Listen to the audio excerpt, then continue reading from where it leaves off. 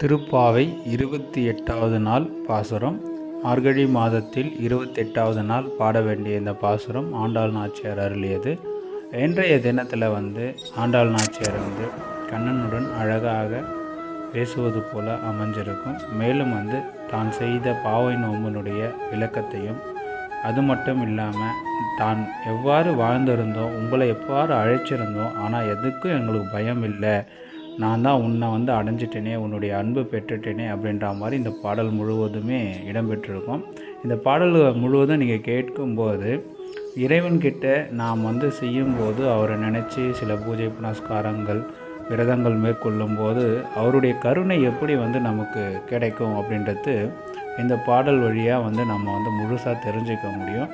அதனால் இந்த பாடலை நீங்கள் படித்தோ அல்லது கேட்டோ அதனுடைய விளக்கத்தை புரிஞ்சிட்டு அதன் பிறகு நீங்கள் விரதங்கள் இருக்கும்போது இந்த தெய்வங்கள் கண்ணன்கிட்ட மட்டும் கிடையாது, நீங்கள் மற்ற எந்த தெய்வத்துக்கிட்டேயும் நீங்கள் விரதம் இருக்கும்போது இந்த பாணியில் இருந்தீங்கனாக்கா உங்களுக்கு ஒரு நம்பிக்கையும் மேலும் ஒரு அந்த விரதத்தின் மீது நல்ல பற்றும் ஏற்படும்.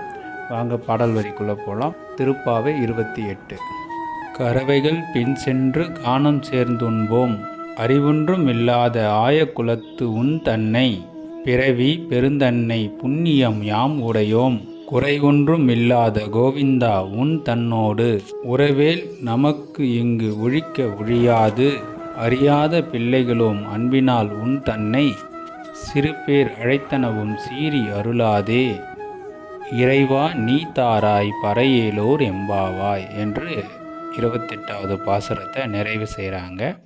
இந்த பாசுரத்தினுடைய ஒவ்வொரு வரிகளுக்கும் என்னென்ன விளக்கங்கள் அப்படின்றத நம்ம பார்ப்போம் வாங்க. முதல் 3 வரிகள் என்ன சொல்கிறாங்க பாருங்கள். பறவைகள் பின் சென்று கானம் சேர்த்துண்போம், அறிவொன்றும் இல்லாத ஆய குலத்து உன் தன்னை, பிறவி பெருந்தன்னை புண்ணியம் யாமுடையோம் அப்படின்ற மாதிரி இந்த 3 வரிகளில் சொல்கிறாங்க. இதில் என்ன சொல்கிறாங்க அப்படின்னாக்கா, கறவைகள் பின் சென்று அப்படின்போது கறவைகள்னால் என்ன, பசுக்கள், கறக்கக்கூடிய பசுக்கள் பின் சென்று கானம் சேர்ந்து உண்போம். கானம்னா தயிர் சாதம், சேர்ந்து நாங்கள் கூட்டமாக உண்ணுவோம்.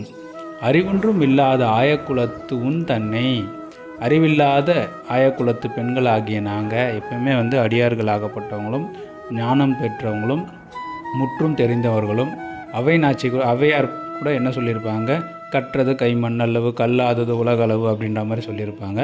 அதுபோல் எல்லா ஞானமும் இருந்தவங்க அறிவில்லாதவங்க நாங்கள் அப்படின்ற மாதிரி தான் அந்த தன்னை தாழ்த்தி மற்ற இறைவனை உயர்த்தி இல்லை மற்றவர்களை உயர்த்தி பேசுவது அவங்களுடைய இயல்பாக இருக்கும். அதை தான் இந்த வரிகளில் சொல்லியிருப்பாங்க.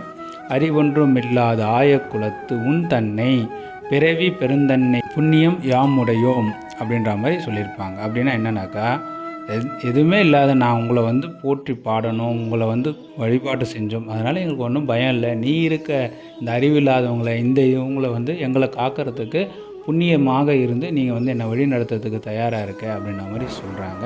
இந்த வரைகள் என்ன சொல்கிறாங்க பாருங்கள். குறை ஒன்றும் இல்லாத கோவிந்தா உன் தன்னை அப்படின்னும் போது, குறைவே இல்லாத கோவிந்தனே கண்ணா, உன்னை என்னுடைய தலைவனாக ஏற்றிருக்கோம், நாங்கள் எங்களுக்கு தெரிஞ்ச விரதங்களை மேற்கொண்டோம், அது சரியாக தப்பான்னு கூட எங்களுக்கு தெரியாது, அதற்காக நாங்கள் பெருசாக ஒன்றும் எங்களை வருத்திக்கவும் இல்லை, அப்படி இருந்தும் எங்களை அருள் புரிஞ்சு எங்களுக்கு கருணை காட்டின கடவுளே கண்ணா, அப்பேற்பட்ட எங்களை நீ தான் எல்லாமா இருந்து வழி நடத்திட்டுருக்க, நாங்கள் எதற்கும் பயப்படணும்னு அவசியம் கிடையாது அப்படின்ற மாதிரி அடுத்த வரிகளுக்கு உண்டான விளக்கத்தை கொடுக்குறாங்க.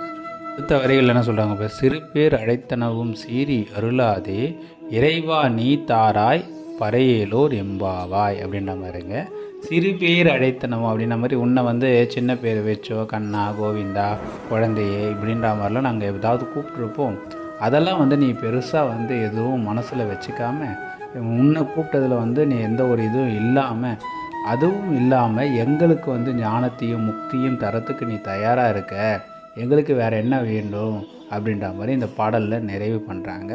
இதிலிருந்து நம்ம தெரிஞ்சிக்க வேண்டியது என்னென்னாக்கா, ஆத்மார்த்தமாக இறைவன்கிட்ட சரணாகதி அடைந்து எந்த ஒரு நோன்போ அல்லது விரதங்களோ மேற்கொள்ளும் போது உங்களுடைய அறியாத்தனத்தினால் நீங்கள் செய்யக்கூடிய தவறுகள் பெரிதாக வெளிப்படாது. ஆனால் உள்ளுக்குள்ளே எல்லா விஷயங்களும் தெரிந்தது போல் நாம தான்னு எப்போ செய்கிறோமோ அப்போ என்ன நடக்கும் அப்படின்னாக்கா, கட்டாயமாக நம்மளுடைய பலன்கள் முழுவதும் பெரிய அளவில் வெற்றி பெறாது. அதனால் எப்பொழுதும் இறைவன் இருக்கிறான், அவன் தான் எல்லாம் அப்படின்னு சரணாகதியை வச்சுட்டு நீங்கள் பண்ணி பாருங்கள். உங்களுடைய சிறு சிறு தவறுகள் கூட பெருசாக தெரியாது. உங்களுடைய நோக்கம் முழுமையாக வெற்றி அடையும். நன்றிங்க. மீண்டும் நாளை சந்திப்போம். நமோ நாராயணாய.